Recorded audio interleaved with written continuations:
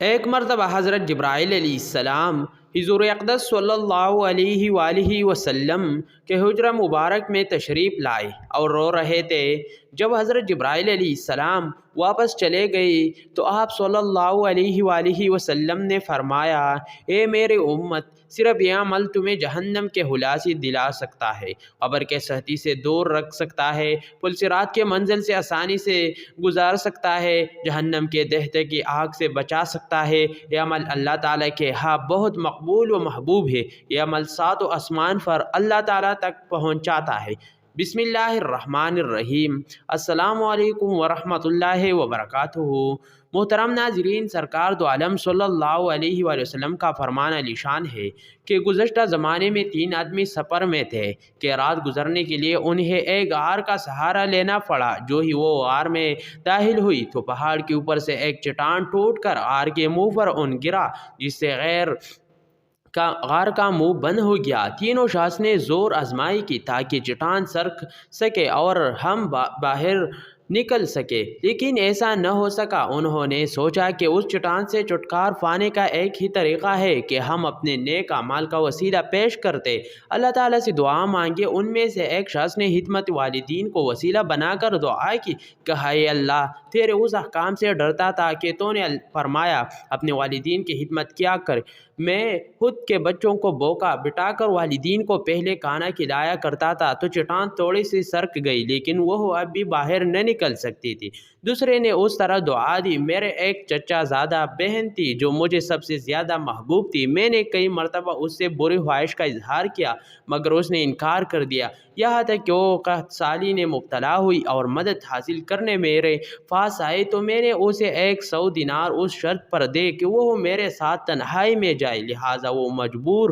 اس پر تیار ہو گئی۔ جب ہم تنہائی میں پہنچے اور میں نے اپنی خواہش پوری کرنا چاہے تو اس نے کہا، اللہ تعالیٰ سے ڈر اور یہ گناہ مت کر۔ یہ سن کر میں اس گناہ سے روک دیا اور وہ دینار بھی اسے کو دے دے۔ اے اللہ، اگر میرا یہ عمل تیرے رضا کے لیے تھا تو ہماری یہ مصیبت دور کر دے۔ چٹان کچھ اور سرک گئی مگر وہ ابھی بھی باہر نہ نکل سکتے۔ تیسرے نے ایک مزدور کو اس کی امانت لوٹا دینے کا وسیلہ بنایا، یعنی ایک مزدور جو مجھ سے بھی کمزور تھا، اس نے اپنی امانت میرے پاس چھوڑی اور میں نے اس کو تیرے ڈر سے اس مزدور کو لٹا دیا اور عرض کی، ہے اللہ تعالیٰ، اگر میرا یہ عمل بھی تیرے رضا جوئی ہوئی کے لیے تھے تو ہمیں اس پریشانی سے نجات دے۔ چنانچہ چٹان مکمل طور پر ہٹ گئی اور وہ نکل کر چل پڑے۔ ایک حبشی نے سرکار مدینہ صلی اللہ علیہ وآلہ وسلم کے بارگاہ میں عرض کی، یا رسول اللہ صلی اللہ علیہ وآلہ وسلم، میرے گناہ بے شمار ہے، کیا میرے تو بارگاہ اللہ میں قبول ہو سکتی ہے؟ آپ صلی اللہ علیہ وآلہ وسلم نے ارشاد فرمایا، کیوں نہیں؟ اس نے عرض کی، کیا وہ مجھے گناہ کرتے ہوئے دیکھتا بھی رہا؟ ارشاد فرمایا، ہاں، وہ سب کچھ دیکھتا رہا ہے۔ یہ سن کر حبشی نے ایک چیخ ماری اور زمین پر گرتے ہی جان بحق ہو گیا۔ امیر المؤمنین حضرت سیدنا عثمان غنی رضی اللہ تعالیٰ عنہ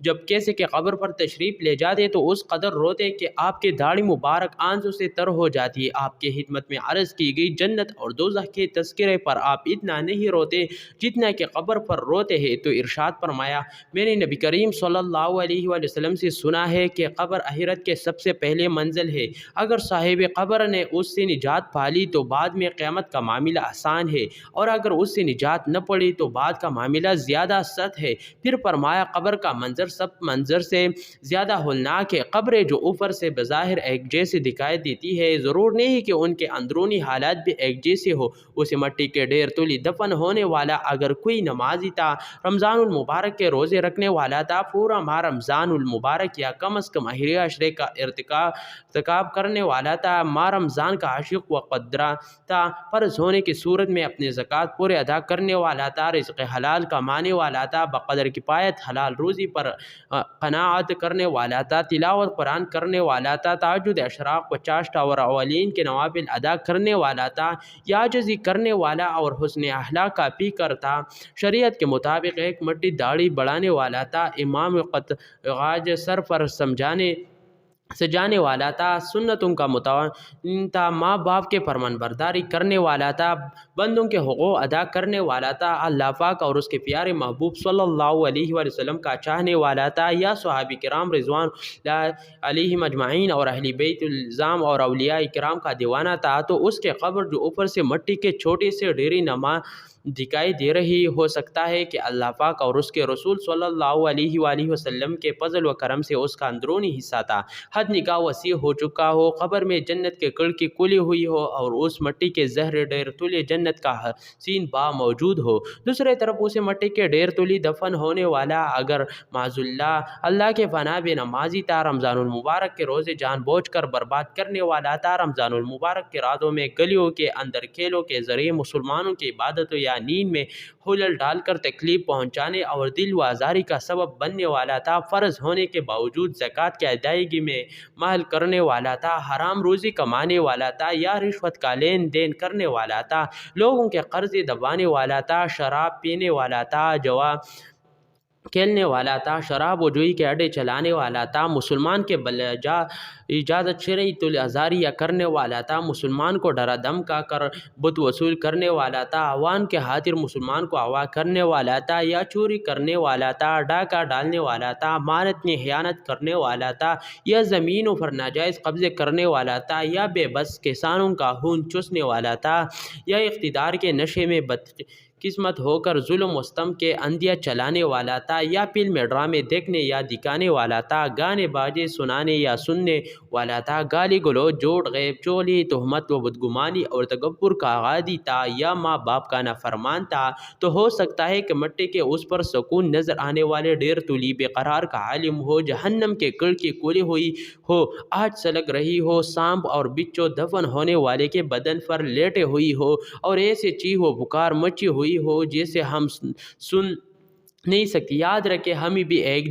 دن مرنا اور اندھیرے قبر میں اترنا پڑے گا، عن قریب وہ دن بھی آئے گا کہ جب ہم اپنے دفن کرنے والوں کو دیکھ رہے ہوں گے، ان کے باتوں کو سن رہے ہوں گے، ان سب کو پہچان رہے ہوں گے، ہمارے قبر کو دے جائے گی، تب ہمیں معلوم ہوگا، اور جب قبر بند کرنے کے لیے مٹی ڈالی جا رہی ہوگی، یہ دردناک منظر بھی نظر آ رہا ہوگا، لیکن بول کچھ نہیں سکیں گے، دفن کرنے کے بعد ہمارے ناز اٹھانے والے رخصت ہو رہے ہوں گے، قبر میں ان کے قدموں کے چھاپ سنائی دے رہی ہوگی، دل ڈوبا جا رہا ہوگا، قبر کے وحشت اور گرمی کا سامنا ہوگا، اندھیرے اور تاریکی سے بھی دل گھبرا رہا ہوگا، اتنے میں اپنے لمبے لمبے دانتوں سے قبر کے دیواروں کو چیرتے ہوئی خوفناک شکلوں والے کالے کالے محیب بالوں کو لڑکائے دو فرشتے منکر نکیر قبر میں موجود ہوں گے، ان کے آنکھوں سے شعلے نکل رہے ہوں گے اور وہ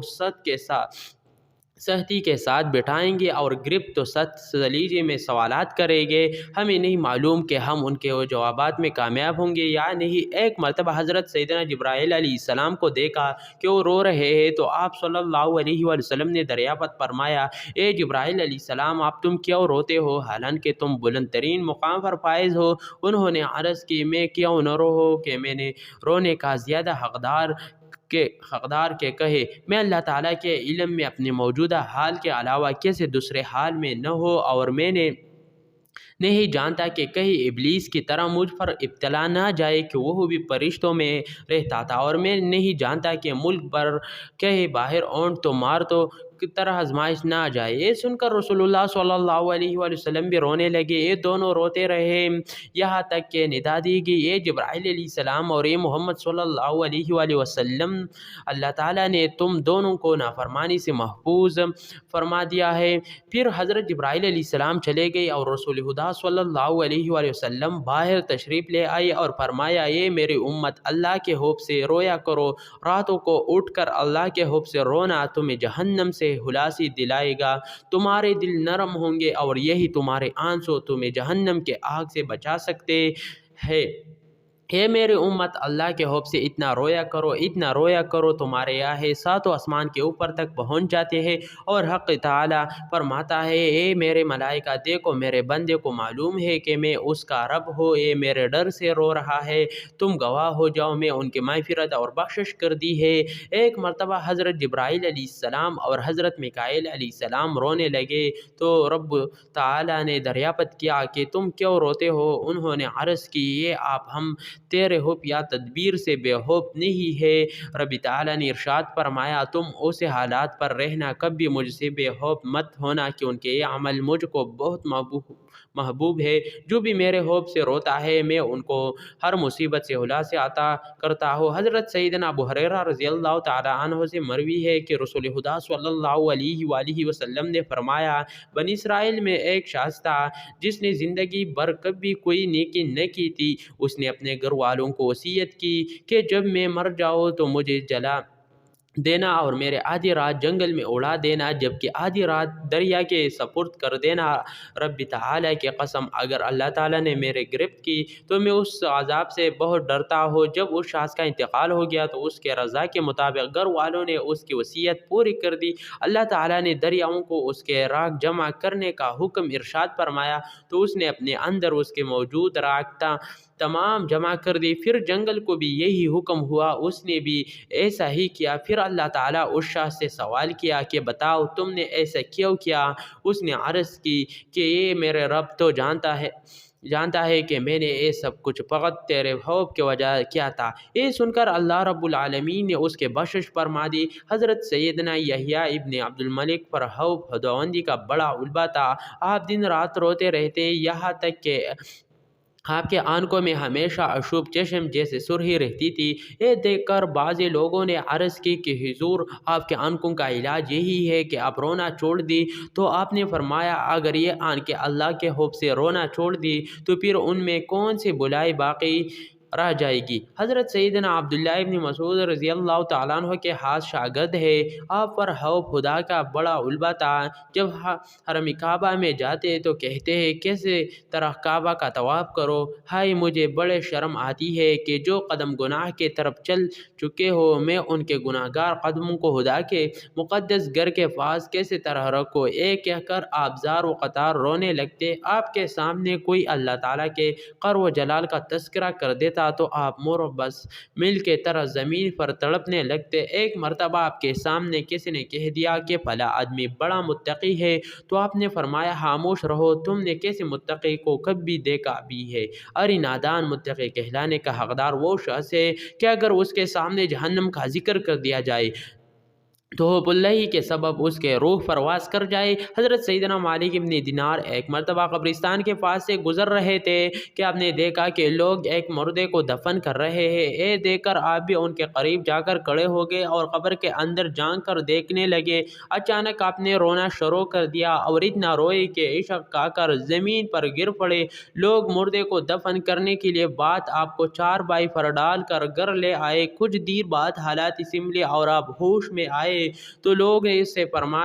سے فرمایا اگر مجھے حادثہ نہ ہو تو کہ لوگ مجھے پاگل سمجھیں گے اور گلی کے بچے میرے پیچھے شور مچائیں گے تو میں پٹے پرانے کپڑے پہنتا، سر نے ہاکا ڈالتا اور بستی بستی گھوم کر لوگوں سے کہتا یہ لوگوں کے آگ سے بچو، اور لوگ میرے یہ حالات دیکھنے کے بعد اللہ تعالیٰ کی نافرمانی نہ کرتے اور حب خدا سے حب رویا کرو۔ یہ سب کو گلی گلی میں کہتا۔ پھر جب وہ آپ کی وصال کا وقت قریب آیا تو اپنے شاگردوں کو یہ وصیت فرمائی کہ میں نے تمہیں جو کچھ سکھایا اس کا حق ادا کرنا، اور جب میں مر جاؤں تو میرے پیشانی پر بغیر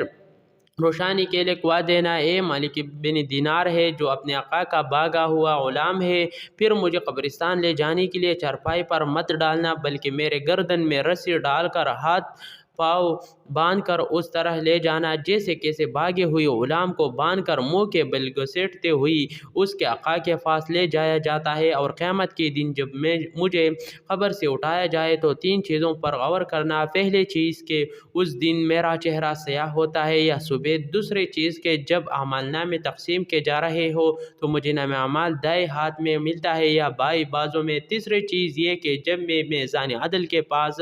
کھڑا کیا جاؤ تو میرے نیکیوں کا پلڑا باری ہے یا گناہوں کا، یہ کہہ کر آپ زار و قطار نے رونے لگے اور کافی دیر آنسو بہانے کے بعد ارشاد فرمایا، کاش میرے ماں مجھے نہ جنا ہوتا کہ مجھے قیامت کے ہولناکیوں اور ہلاکتوں کے خبر ہی نہ ہوتی اور نہ ہی مجھے ان کا سامنا کرنا پڑتا۔ پھر جب رات کا وقت ہوا تو آپ کے حالات غیر ہونے لگی۔ اسی وقت غیب سے آواز آئی کہ مالک بن دینار قیامت کے ہولناکیوں اور